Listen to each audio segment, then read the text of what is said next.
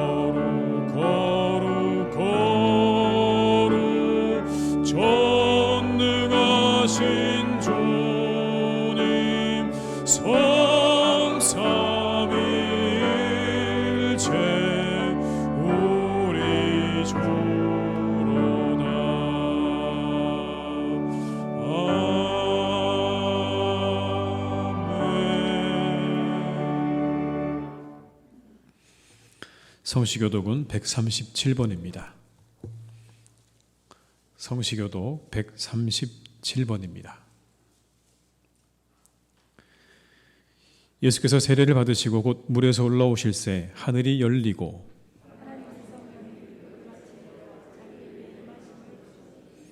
하늘로부터 소리가 있어 말씀하시되 그러므로 너희는 가서 모든 민족을 제자로 삼아 아버지와 아들과 성령의 이름으로 세례를 베풀고 볼지어다 내가 세상 끝날까지 너희와 항상 함께 있으리라 하시니라.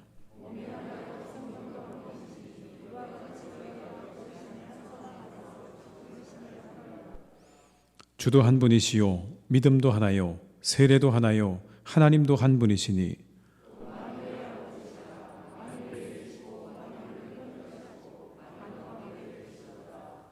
아멘. 시간 참회 기도를 함께 드리시겠습니다. 아버지, 우리와 함께 하시옵소서. 우리를 지키시옵소서. 악한 세상으로부터 우리를 지켜주시기 날마다 지켜주시옵소서. 날마다 함께 하시옵소서. 주여, 주여, 우리와 함께 하시기를 간절히.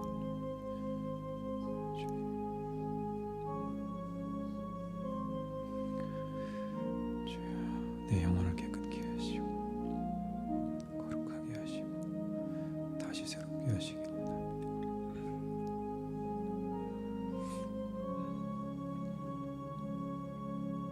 이 시간 함께하여 주시옵소서.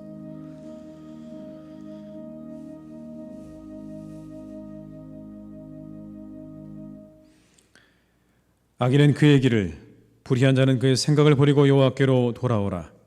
그리하면 그가 긍휼히 여기시리라. 우리 하나님께로 돌아오라. 그가 너그럽게 용서하시리라. 아멘. 나는 전능하신 아버지 하나님, 천지의 창조주를 믿습니다. 나는 그의 유일하신 아들 우리 주 예수 그리스도를 믿습니다. 그는 성령으로 잉태되어 동정녀 마리아에게서 나시고 본디오 빌라도에게 고난을 받아 십자가에 못 박혀 죽으시고 장사된 지 사흘 만에 죽은 자 가운데서 다시 살아나셨으며 하늘에 오르시어 전능하신 아버지 하나님 우편에 앉아 계시다가 거기로부터 살아있는 자와 죽은 자를 심판하러 오십니다. 나는 성령을 믿으며 거룩한 공교회와 성도의 교제와 죄를 용서받는 것과 몸의 부활과 영생을 믿습니다. 아멘.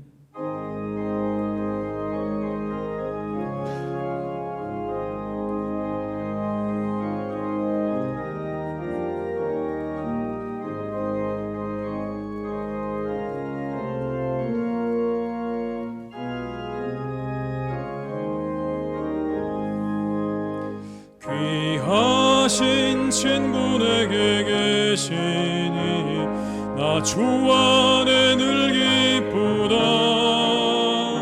그 피가 내 죄 씻으셨으니 나 주 안에 늘 기쁘다. 나 주 안에 늘 기쁘다. 나 주 안에 늘 기쁘다. 주 나와 늘 동행하시니 나 주 안에 늘 기쁘다. 주 내 짐 대신 지시었으니 나 주 안에 늘 기쁘다. 그 생명 버려 나를 구하니 나 주 안에 늘 기쁘다. 나 주 안에 늘 기쁘다. 나 주 안에 늘 기쁘다.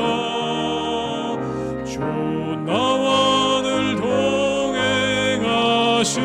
동행하시니 나 주 안에 늘 기쁘다. 주 은총 매일 내게 더하니 나 주 안에 늘 기쁘다. 그 악한 죄악에서 지키니 나 주 안에 늘 기쁘다. 나 주 안에 늘 기쁘다. 나 주 안에 늘 기쁘다. 주 나와 늘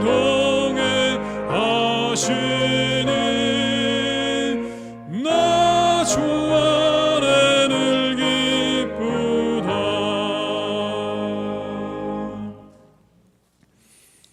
오늘 거룩한 날 우리에게 주신 하나님의 말씀은 창세기 13장 8절로 18절의 말씀입니다.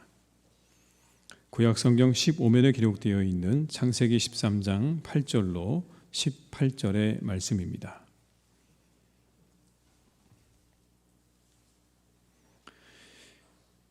말씀을 받들어 봉독하겠습니다.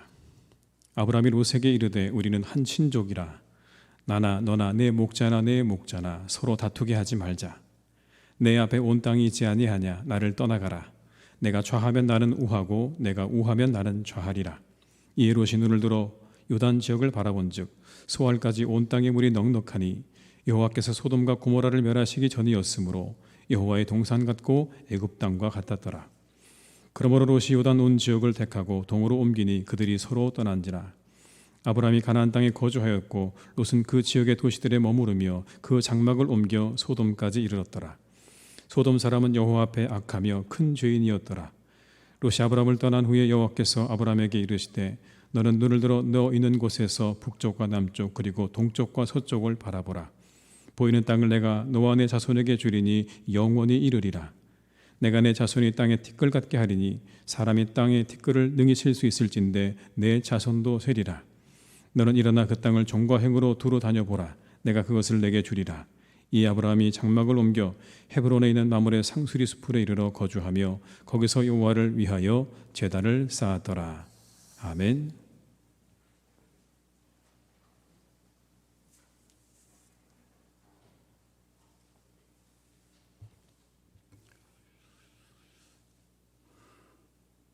저희들이 지치고 고나여 주저앉아 낙심할 때에 너는 내 아들이라 너는 내 딸이라 하시면서 일으켜 주신 하나님 아버지 그 은혜 감사드리옵나이다. 오늘도 주님 전에 나오는 것이 기쁘고 하나님께 간구할 것이 있어서 나왔사오니 신령과 진정으로 예배를 드리게 하여 주시옵소서. 오늘 이 예배를 통하여서 저희들이 응답받고 답답한 마음이 시원하게 되며 탄식으로 뻥 뚫린 가슴을 성령으로 채워 주시옵소서. 지난 주간에도 질병에서 보호하여 주시옵시고 험한 풍파를 극복하게 하신 것도 감사드리옵나이다. 하나님, 새로운 한 주가 또 시작됩니다. 주의 말씀은 내 발의 등이요 내 길의 빛이라 하였사오니 주님의 말씀을 붙잡고 세상으로 나아갈 때에 승리하게 하여 주시옵소서. 말씀을 들고 단위에 세우신 목사님에게 성령님이 함께 하셔서 말씀을 증거하실 때 그 말씀이 상한 심령을 소생케 하며 성도들이 푸른 초장으로 쉴만한 물가로 인도함 받게 하여 주시옵소서. 희성교회를 사랑하시는 하나님 아버지, 하나님께서 희성교회를 세우시고 저희들에게 변함없이 한결같이 교회를 돌보고 봉사 헌신하여서 하나님이 교회를 통하여 주시는 축복을 받으라고 말씀하셨사오니 모든 성도들이 이 말씀에 순종하게 하여 주시옵소서. 6월은 호국 보훈의 달입니다. 지난날 조국을 위하여 일하다가 순국한 선열들의 희생이 헛되지 않게 하여 주시옵시고 그 뜻을 새기게 하여 주시옵소서. 6월 25일은 동족 상잔의 비극이 발생한 지 72주년 되는 날입니다. 긴 세월이 지났지만 아직도 분단되어 있습니다.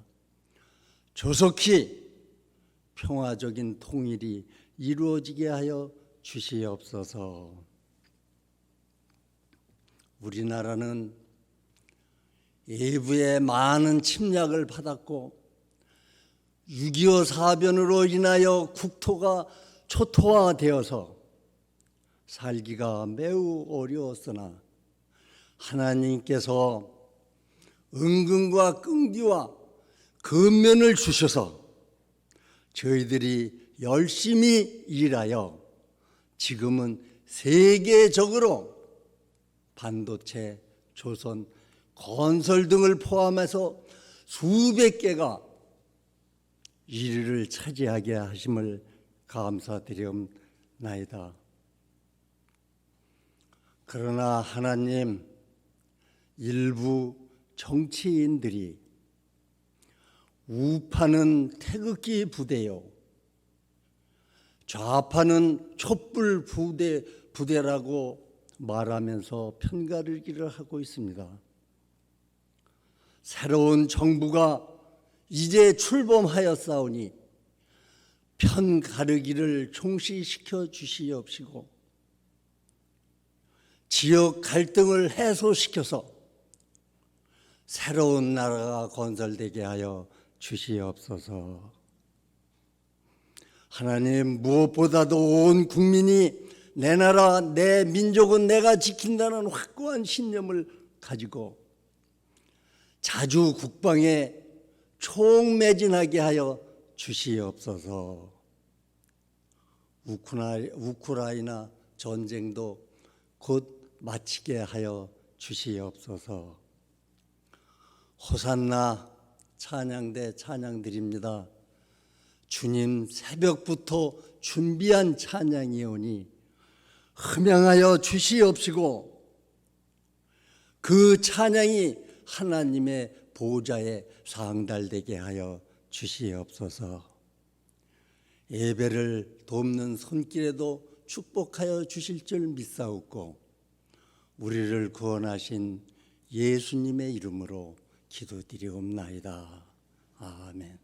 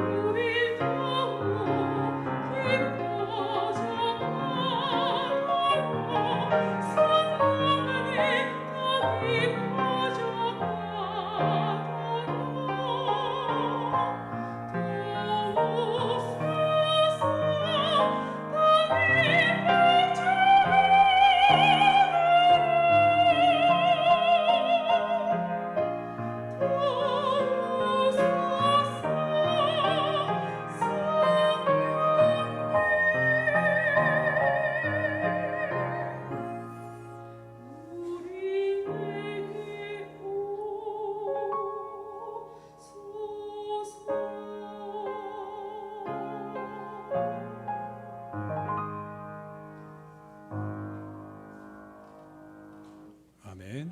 찬송 50장 1절 2절을 부르시며 준비하신 예물을 드리시겠습니다.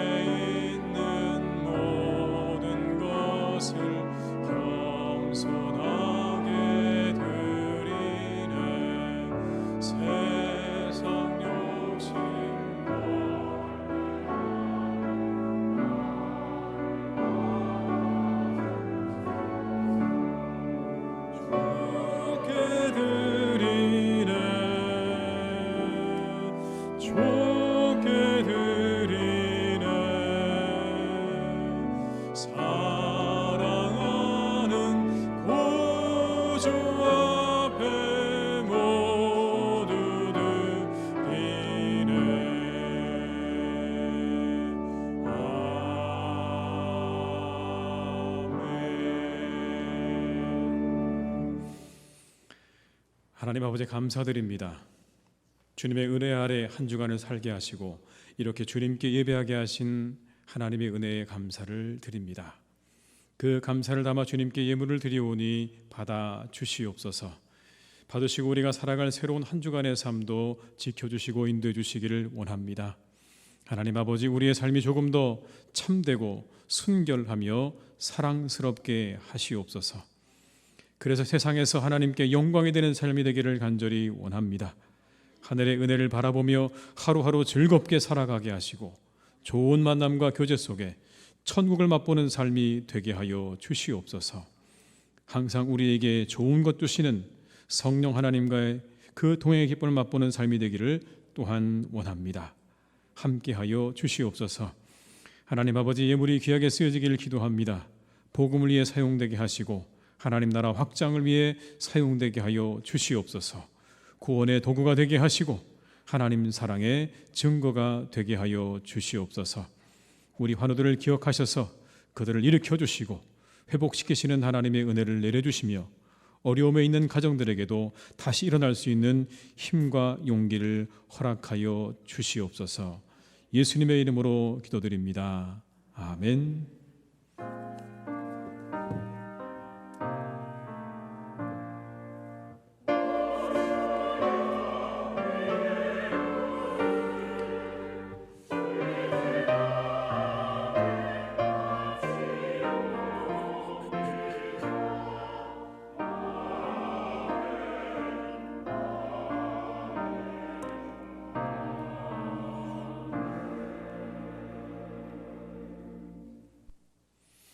교회 소식을 말씀드리겠습니다. 6월은 호국보훈의 달입니다. 나라를 위해 충성하고 헌신한 분들을 기억하시면서 국가 민족을 위해 기도해 주시기를 바랍니다.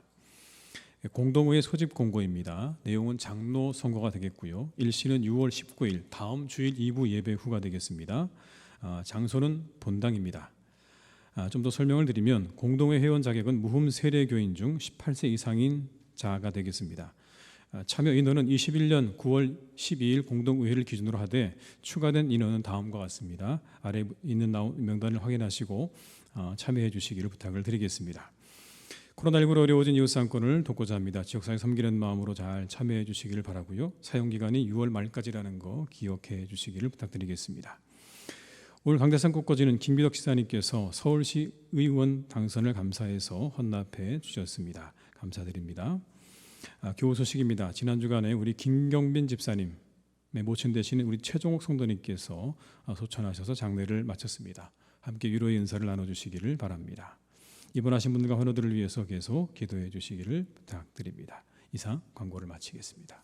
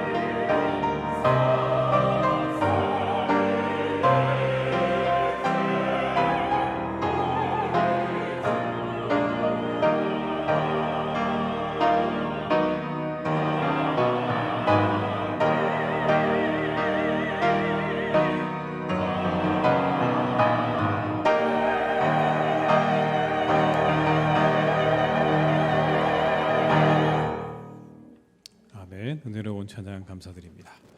함께하신 모든 분들에게 하나님의 은혜가 함께하시기를 주님의 이름으로 축원합니다. 이런 간판이 있습니다. 아내의 선택을 비웃지 마라. 당신도 당신이 비웃는 그 아내의 선택 중 하나였으니까. 재밌는 이야기죠, 여러분. 우리의 삶이 선택의 연속이죠. 그래서 샤르트르라고 하는 철학자는 이렇게 말했습니다. 삶은 B와 D 사이의 C다. B와 D 사이의 C다. B는 birth, 출생을 의미하는 거고요. D는 death, 죽음을 의미하는 거고, C는 choice를 말하는 거죠. 사람의 삶은 태어나서 죽을 때까지 늘 그 선택의 연속이라는 말을 그렇게 하고 있는 겁니다. 이 선택은 늘 타이밍이 중요하죠. 잘 그 선택의 타이밍을 잡아야만, 그래야만 우리가 성공할 수가 있습니다. 독일에 우리가 유명한 철학자 가운데 칸트라는 사람을 알죠. 완벽주의자였다고 합니다. 정확한 시간에 일어나서 매일 아침 똑같은 시간에 식사를 하고 같은 시간에 산책을 하는 그런 사람이었다고 하죠. 사람들이 그 사람을 보고 시간을 맞추었다고 할 정도로 완벽주의자였습니다. 그런데 젊었을 때 참 많은 여인들이 이 칸트를 좋아했는데 한 여인이 정말 이 칸트를 향해서 구애를 하고 청혼을 했습니다. 그런데 대답을 하지 않은 거예요. 답답한 여인이 최후의 통첩을 합니다. 답을 해주시기 바랍니다. 그랬더니 칸트가 생각해 보겠습니다 라고 답을 한 다음에 도서관으로 갔습니다. 도서관에 가서 결혼에 대한 여러 가지 다양한 의견을 모아서 연구를 하는 겁니다. 결혼을 해야 좋을지 안 좋을지. 그래서 결론을 내렸어요. 354가지의 결혼을 해야 할 이유를 찾고 350가지의 결혼을 하면 안 되는 이유를 찾았어요. 내린 결론이 뭐였냐면 4가지가 더 많으니까 결혼해야 되겠다. 그래서 그 여인의 아버지를 찾아갔습니다. 찾아가서 아버지에게 이렇게 말합니다. 이제 당신의 딸님과 제가 결혼하기로 했습니다. 그래서 그 아버지가 이렇게 말하는 겁니다. 너무 늦었네. 내 딸은 이미 결혼해서 2아이의 엄마가 됐다네. 내 딸이 자네에게 청혼한 건 7년 전 일이야. 이후에도 칸트는 평생 독신으로 살았다고 합니다. 선택과 결정은 타이밍이다. 그런 책 제목이 있는데요. 그것처럼 우리의 선택과 결정은요, 타이밍이 중요하죠. 근데 우리가 그 타이밍을 자꾸 놓치는 이유 중에 하나는 갈등 때문에 그런 겁니다. 어떤 걸 선택을 해야 되는 게 옳은 건가, 좋은 건가. 거기에 우리가 놓여져 있기 때문에 우리가 선택의 시간들을 자꾸 뒤로 미루게 되거나 놓치게 되는 거죠. 그럼 우리가 과연 어떤 선택을 해야 하는 게 좋은 걸까요?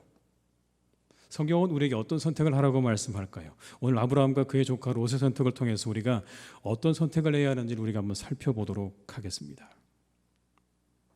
이런 선택을 하라고 성경은 말씀하세요. 당장의 유익보다 조금 더 먼 미래를 바라보는 선택이어야 한다. 당장의 유익보다 조금 더 먼 미래를 바라보는 선택이어야 한다는 겁니다. 아브라함과 조카 롯의 재산이 늘어났습니다. 함께 머물 수 없을 만큼 많은 재산들을 두 사람이 갖게 됐어요. 그렇게 많이 갖고 있다 보니까 서로 목자들끼리 다툼이 일어나게 된 겁니다. 그걸 보고 아브라함의 마음 가운데 이렇게 나와 내 조카가 서로 다투는 것이 옳지 않다고 생각을 한 겁니다. 그리고는 롯에게 제안을 합니다. 내가 왼쪽으로 가면 나는 오른쪽으로 가고 내가 오른쪽으로 가면 나는 왼쪽으로 갈 거다. 그러니 내가 먼저 택하라. 우선권을 누구에게 준 것입니까? 롯에게 주었어요. 사회 통념상 여러분 누가 더 우선권을 갖는 게 맞습니까? 삼촌입니까? 조카입니까? 삼촌이죠. 그런데 오늘 이 삼촌인 아브라함이 조카 롯에게 선택권을 줍니다. 네가 먼저 택하라. 당장에 좋아 보이는 땅을 택할 수도 있었을 거예요. 그런데 아브라함이 그 우선권을 넘겨준 이유는 한 가지입니다. 그 둘 사이의 평화를 위해서, 화평을 위해서. 과감히 자신의 권리를 내려놓는 선택을 한 겁니다. 선택 앞에서 우리가 생각해야 할 것이 바로 이것입니다. 당장에 좋은 것인지 아니면 더 먼 미래를 바라볼 수 있는 것인지, 순간적인 것인지 아니면 지속 가능한 것인지, 이걸 살펴야 되는 거죠. 좀 극단적인 얘기긴 하지만 여러분, 우리가 돈을 가지고 있는데 이 돈을 어떻게 쓸 것인가를 선택할 때 도박을 할 거냐 아니면 저축을 할 거냐. 어느 게 현명한 선택일까요, 여러분? 당연히 저축을 하는 게 현명한 선택이죠. 왜 그렇습니까? 좀 더 먼 미래를 바라보는 선택이기 때문에, 그리고 지속 가능한 선택이기 때문에.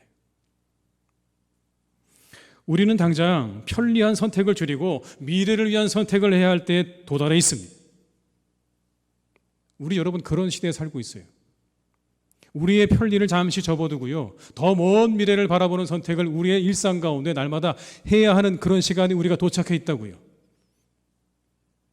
최근에 가뭄이 우리나라에도 극심합니다. 기상 관측상 가장 적은 강수량을 기록하고 있대요. 5월, 6월이요.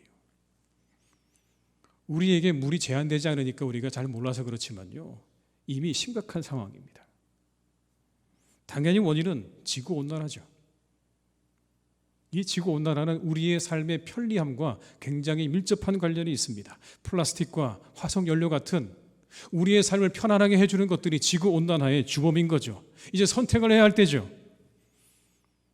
당장 편리한 것을 선택할 것인지, 아니면 좀 더 먼 미래를 내다보면서 우리가 그 미래를 위한 선택을 해야 할 것인지, 이제 우리가 그 선택의 시간에 놓여 있다고요. 사랑하는 교우 여러분, 우리가 우리의 삶 가운데 주어진 이 선택에 있어서 더 먼 미래를 바라보는 선택을 할 수 있기를 주님의 이름으로 축복합니다. 교회도 마찬가지예요. 지속 가능한 선택이어야 돼요. 비전과 선택도 관련이 깊어요. 어떤 것을 선택할 것인가의 문제이기 때문에 그렇습니다. 비전은 결국 여러분 거기잖아요. 그거잖아요. 무엇을 선택할 것이냐, 우리가 무엇을 붙잡을 것이냐. 오늘 우리 교회의 현실과 미래를 바라보면서 우리가 무엇을 붙잡고 나갈 것이냐, 이게 비전이죠. 물론 하나님께서 우리에게 비전을 주시는 것이기도 하지만 우리 쪽에서 보게 되면 그것을 붙잡는 겁니다. 그것을 취하는 거예요.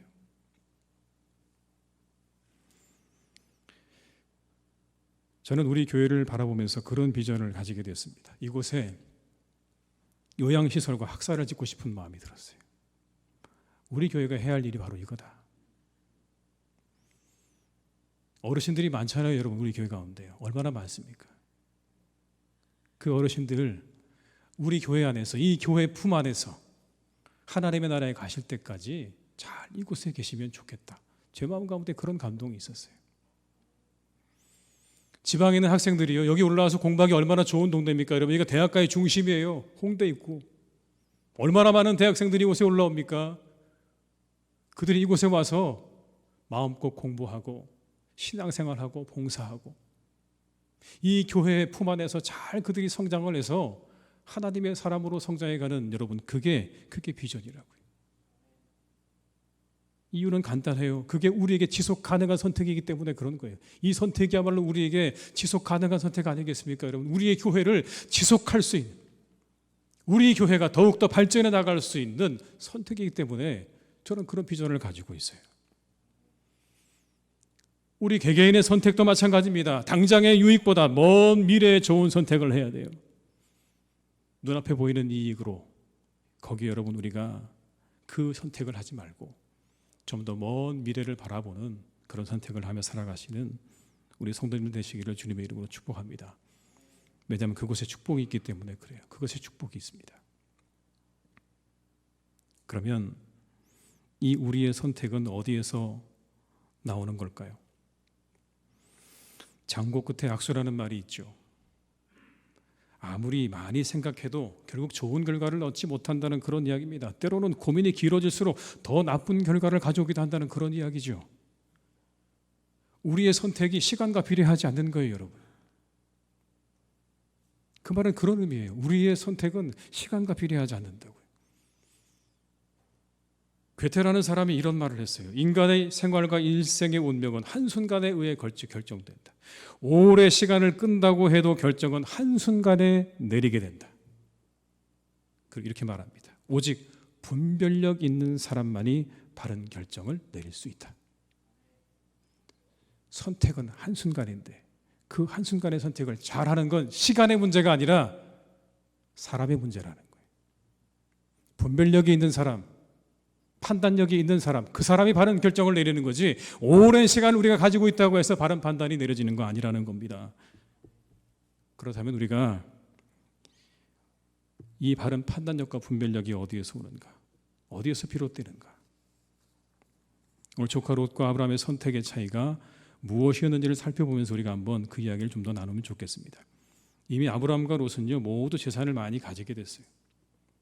그런데 아브라함은요 이렇게 생각한 것 같아요. 이만하면 족하다고 여겼던 것. 이만하면 족하다. 더 많이 가지는 것에 가치를 두지 않았어요. 평화의 가치를 두었어요. 어떻게 하면 내가 내 조카와 함께 평화로운 삶을 살아갈까? 그래서 다 내려놓은 거죠, 여러분. 그 욕심 때문에 조카를 잃기가 싫어서요. 그래서 내려놓았어요. 이게 얼마나 어려운 일입니까, 여러분? 내가 분명히 내 눈에 뻔히 보여요. 어디로 가면 훨씬 더 많은 재산을 읽을 수 있는지가 보인다면 그걸 내려놓는다는 게 보통 일이 아니죠, 여러분. 그런데 오늘 아브라함은 내려놨다고요. 왜요? 평화를 위해서. 화평을 위해서. 그의 마음을 가득 채우고 있는 건 바로 가치는 그겁니다. 어떻게 화평하게 살아갈 것이냐. 내가 내 조카와 함께 어떻게 화평하게 살아갈 것이냐. 거기에 마음이 있었다고요. 그런데 롯은 그렇지 않았어요. 삼촌의 이야기가 떨어지자마자 그는 나가서 땅을 살폈습니다. 어디가 더 좋은 땅인가? 본문 10절에 이렇게 말씀합니다. 이에 롯이 눈을 들어 요단 지역을 바라본즉 소알까지 온 땅에 물이 넉넉하니 여호와께서 소돔과 고모라를 멸하시기 전이었으므로 여호와의 동산 같고 애굽 땅과 같았더라. 어디가 더 좋은지를 살피고는 그곳을 택했어요. 저기 가면 내가 더 많은 재산을 얻을 수 있겠구나. 내 재산이 훨씬 더 많이 늘어나겠구나. 더 많은 거, 더 좋은 거. 이게 롯의 가치였습니다. 더 많은 것과 더 좋은 것. 반대로 아브라함은 어떻게 하면 내가 화평하게 살아갈 수 있을까? 그게 그의 가치였던 거예요. 이렇게 우리 안에 있는 가치가 우리의 선택을 결정짓는 겁니다. 내가 가진 가치를 그래서 우리가 잘 살펴보셔야 돼요. 내가 어떤 가치를 가지고 살아가고 있는가. 유럽에 가보니까요. 놀라운 게 한 가지 있더라고요. 유럽 사람들 크잖아요. 키도 크고요. 덩치도 크고 아주 크더라고요. 그런데 그들이 타고 다니는 차는요. 다 작더라고요. 우리나라 소형차에서요. 마치 사람이 나오는데 구겨진 게 뭐 펴지는 것처럼 큰 사람들이 나오는 거예요, 여러분. 그런데 그들이요. 한 가지 더 고집하는 게 있어요. 뭐냐면 수동차를 고집한대요. 수동으로 기어 넣는 차 있잖아요. 이거를 고집한대요. 이유가 있더라고요. 들어보니까. 수동차는 차체 구조가 굉장히 단순하기 때문에 오래 간대요. 오래 쓸 수 있대요. 그리고 수리도 간단합니다. 장고장도 없대요. 그리고 결정적으로는 차값이 싸대요. 그러다 보니까 세금도 적게 내고 보험료도 적게 내는 거예요. 그래서 유럽 사람들이 작은 차를 선호하고 수동차를 선호한다고 하는데 여러분 이런 이유도 있다고 합니다. 자동차에서 자동으로 가는 차에 대해서 이렇게 생각한대요.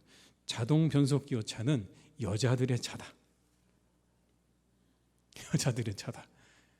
그럼 남자들의 차는 뭘까요? 두 손 두 발 다 움직이는 차.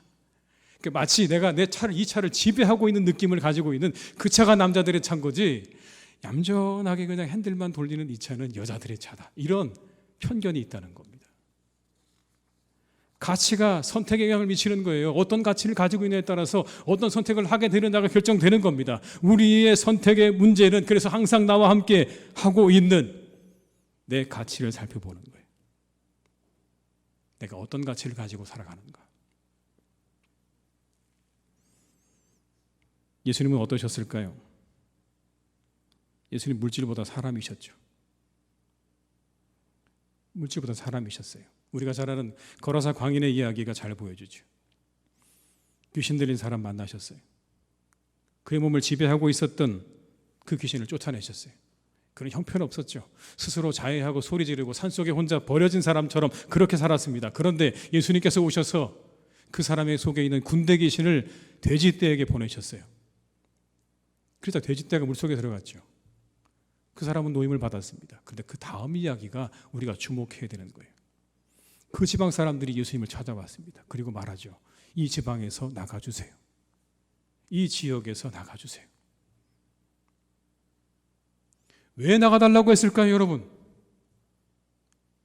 한 사람, 미친 사람이 제정신으로 돌아왔는데, 여러분 그게 더 놀라운 일 아닙니까? 얼마나 놀라운 일입니까? 그걸 통해서 야, 이분이 누굴까에 대한 관심이 있기보다는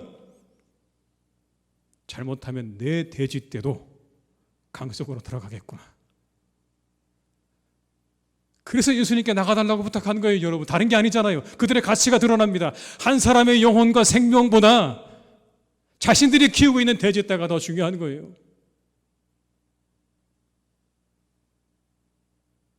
우리의 모든 선택은요, 그래서 그 가치를 반영하고 있어요. 하나님이 우리에게 원하시는 게 뭘까요? 조금 더 신앙적인 가치를 가지고 살아가는 건 아닐까요? 물론 완벽할 수 없을 겁니다. 우리 모두가 다 고백하는 거죠. 우리가 완벽하게 하나님께서 주신 그 신앙적인 가치를 가지고 살아갈 수 있느냐? 우리 다 이야기하죠. 어렵다고요. 그런데 포기해서도 안 되는 일이에요. 어려운 일이지만 포기해서도 안 된다고요. 신앙적인 가치를 가지고 살아가는 것, 비록 어려운 일일 수는 있지만 그러나 포기해서는 안 되는 겁니다. 이 시대에 그냥 나를 맡기고 흘러가는 대로 가는 게 아니라 신앙적인 가치들을 가지고 살아가는 것이,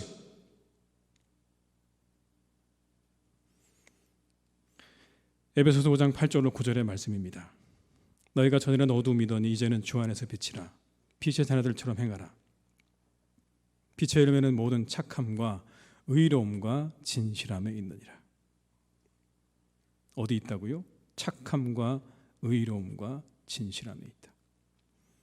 이게 빛의 자녀들이 가져야 될 가치예요. 착하고 의롭고 진실하고. 여러분 한번 생각해 보세요. 이게 우리 시대의 어떤 가치인가? 착하고 의롭고 진실한 사람 한번 생각해 보세요. 혹시 여러분 어리석은 사람처럼 보이지는 않나요? 착하고 의롭고 진실한 사람. 우리 시대에 그런 사람, 어리석은 사람 아닌가요?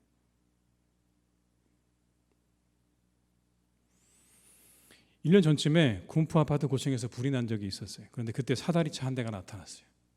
아직 소방차가 오기도 전인데 사다리차가 나타나서요. 12층에 한 여성을 구조한 거예요. 그런데 15층에서 다시 누군가 손짓을 하는 거예요. 살려달라고. 근데 이 사다리차가요 12층까지밖에 안 올라가는 거예요. 근데 방법이 없진 않았어요. 이런 방법으로 가능했어요. 사다리차가 올라가는 높이 제한을 하는 장치를 풀면 15층까지 올라갈 수 있다는 건 알았어요. 근데 잘못하면 망가질 수 있는 거예요. 근데 그 순간 이 사다리차 기사가요 그 모든 것을 그냥 과감하게 풀고 15층까지 올려서 거기 있던 남매를 구조한 그런 일이었습니다. 그를 인터뷰한 거예요. 그가 이렇게 말을 합니다. 망가지면 고치면 되니까 일단 사람부터 구하자. 그런 마음으로 올렸습니다. 망가지면 고치면 되니까 사람부터 구하자. 그게 그의 가치였고 선택이었다고요. 주저하지 않잖아요. 우리 안에 착하고 의롭고 진실함의 가치가 살아있기를 바랍니다. 그 가치가 우리의 선택에도 분명히 드러나게 될 거예요. 우리 안의 가치는 보이지 않지만 우리의 선택을 통해 분명히 드러나게 될 거예요. 여러분의 가치를 하나님 안에 두시길 바랍니다. 점검하세요. 내 가치가, 내가 안에 가지고 있는 내 가치가 하나님 안에 있는가 그렇지 않은가. 우리가 그 안에 있다면 여러분의 선택은 언제나 하나님께서 기뻐하시는 선택이 될 줄로 믿습니다. 그리고 그곳에 하나님이 함께 하세요. 그 선택 가운데 함께 하신다고요. 오늘 여러분 이 롯이 선택한 소돔과 고모라는 이런 걸 상징하죠. 아주 탐욕의 끝판왕이죠. 탐욕스러운 도시였어요. 그 도시의 마지막 멸망을 앞둔 시점에 보내진 천사들이 소돔에 도착했을 때 사람들이 롯의 집을 에워쌌습니다. 창세기 19장 4절로 5절의 말씀을 제가 읽어드릴게요. 그들이 눕기 전에 그 성 사람 곧 소돔 백성들이 노소를 막론하고 원근에서 다 모여 그 집에 에워싸고 롯을 부르고 그에게 이르되 오늘 밤에 내게 온 사람들이 어디 있느냐 이끌어내라 우리가 그들과 상관하리라.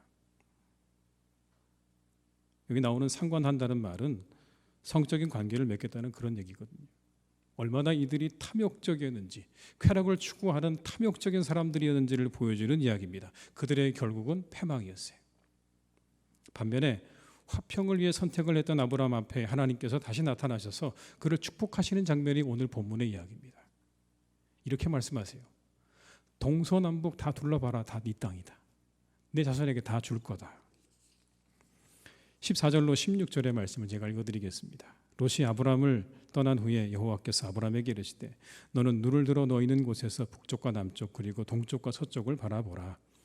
보이는 땅을 내가 너와 내 자손에게 주리 영원히 이르리라. 내가 내 자손이 땅에 티끌 같게 하리니 사람이 땅에 티끌을 능히 셀 수 있을진데 내 자손도 세리라. 여러분 어떠세요? 하나님께서 위로해 주시는 느낌 아닙니까? 롯이 아브라함을 떠난 후에라고 말씀했어요. 누가 보아도 좋은 땅으로 롯이 떠난 다음에 아브라함의 마음이 어땠을까요? 물론 선택하라고 이야기는 했죠. 아쉽기도 하고 허전하기도 하고 한편으로 여러분 이런 마음도 들지 않았을까요? 서운한 마음이요.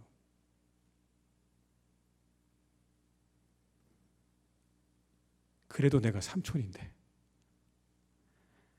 삼촌 먼저 고르세요라고 한마디도 안 하고 그 땅을 향해 가는 롯을 바라보는 아브라함의 마음 가운데 여러분 그런 서운함이 없었겠습니까? 있었겠죠.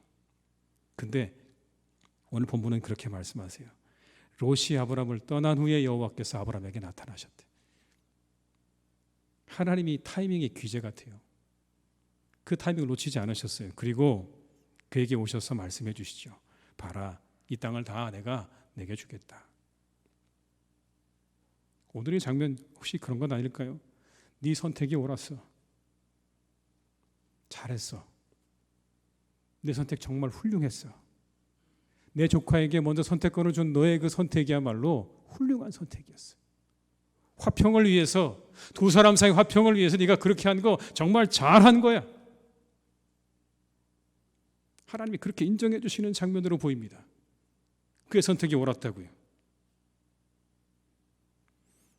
이 화평을 선택한 아브라함, 화평한 삶을 살았어요. 더 많이 가지지는 않았지만 최소한 자신의 조카와의 관계에서 화평한 삶을 살았던 건 분명합니다. 더 많이 가졌지만 불화한 삶보다 조금 적어도 화평한 삶이 축복이죠.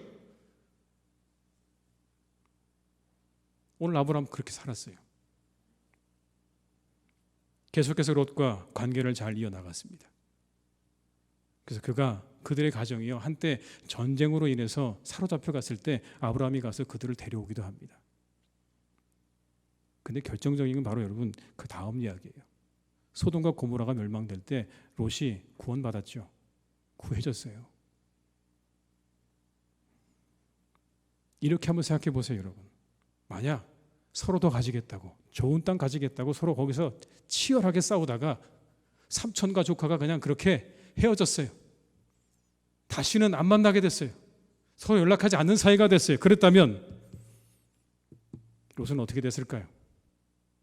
롯은 아마 여러분 그 소돔에서 죽었을 겁니다. 죽었을 거예요. 그런데 이 아브라함의 더 나은 선택, 그 선택이 결국 사람을 살렸어요. 화평을 이루고자 했던 그의 선택이 구원으로 이어진 거예요.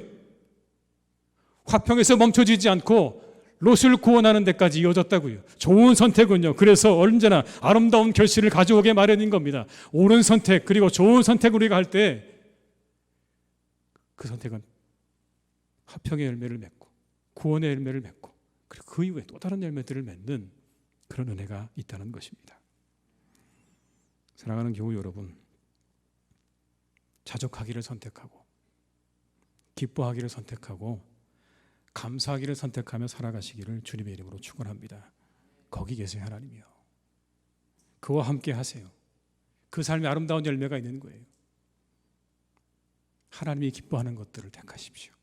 오늘 아브라함처럼 우리 눈앞에 있는 이익이 아니라 하나님이 기뻐하는 것들을 우리가 택할 때 그 삶 가운데 말할 수 없는 그런 아름다운 열매들이 그 삶을 가득 채우게 될 줄로 믿습니다.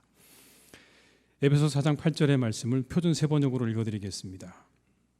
마지막으로 형제자매 여러분, 무엇이든지 참된 것과 무엇이든지 경건한 것과 무엇이든지 옳은 것과 무엇이든지 순결한 것과 무엇이든지 사랑스러운 것과 무엇이든지 명예로운 것과 또 덕이 되고 칭찬할 만한 것을, 이 모든 것을 여러분은 골똘히 생각하십시오.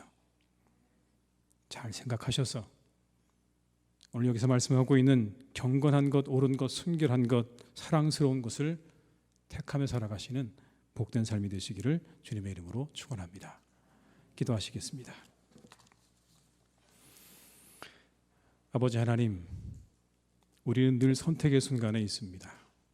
무엇을 선택해야 할지, 어떤 것을 선택해야 할지 늘 하나님, 우리는 그렇게 선택 앞에 때로 갈등하고 고민하기도 합니다. 오늘 말씀을 통해서 우리에게 가르쳐 주십니다. 당장의 유익보다 더 먼 미래를 바라보며 선택하라고 말씀하십니다. 우리 안에 잠자고 있는 가치를 잘 찾아보라고 말씀하십니다. 우리가 붙잡고 살아가는 가치가 무엇인지를 잘 살펴보라고 말씀하십니다. 그리고 하나님께서 기뻐하시는 그 가치들을 우리의 선택의 기준으로 삼아서 그렇게 살아가라고 말씀하십니다. 주님, 우리가 그런 선택을 하며 살아가게 하시옵소서. 그 삶에 하나님이 함께 하실 것입니다. 그 삶에 아름다운 열매들이 맺히게 될 것입니다. 화평을 넘어서 구원까지 가게 될 것입니다. 우리의 선택을 축복하시고 날마다 함께 하셔서 어리석고 부족한 우리의 선택 가운데 늘 도우시고 함께하여 주시옵소서. 예수님의 이름으로 기도드립니다. 아멘.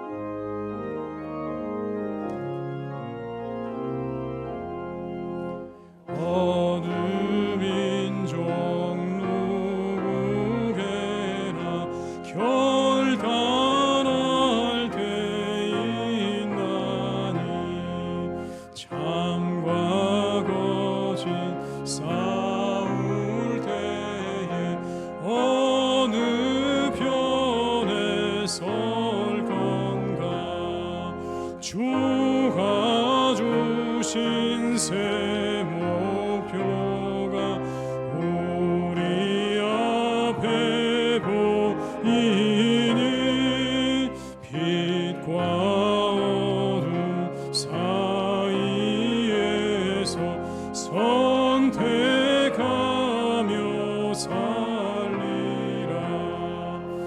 고상하고 아름답다 진리 편에 서느니 진리 위에 억압받고 명예 이기로도 비겁한 자 물러서 용감한 자 구세게 낙심한 자 돌아오는 그날까지 서리라. 순교자의 빛을 따라 주의 뒤를 쫓아서 십자가를 등에 지고 암만 향해 가리라. 새 시대는 새 사명 우리에게 주나니 진리 따라 사는 자는 전진하리 언제나. 악이 비록 성하여도 진리 더욱 강하다. 진리 따라 살아갈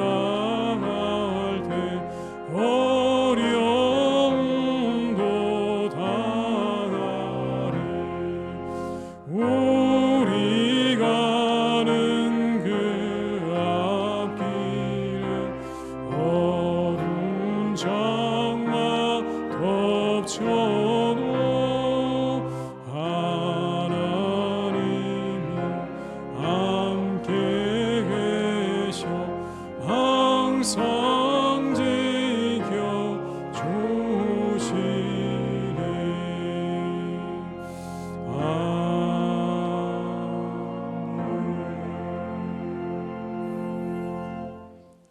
지금은 우리 주 예수 그리스도의 은혜와 아버지 하나님의 크신 사랑하심과 성령님의 교통하심에 인도하시는 은혜가 이 시간 하나님 앞에 예배하며 더 먼 미래를 바라보는 선택을 하며 살기로 다짐하며 세상으로 나아가는 우리 모든 교우들과 가정과 일터 위에 사랑하는 우리 교회 위에 나라와 민족 위에 온 열방 위에 이제와 영원토록 함께 하시기를 간절히 축원하옵나이다.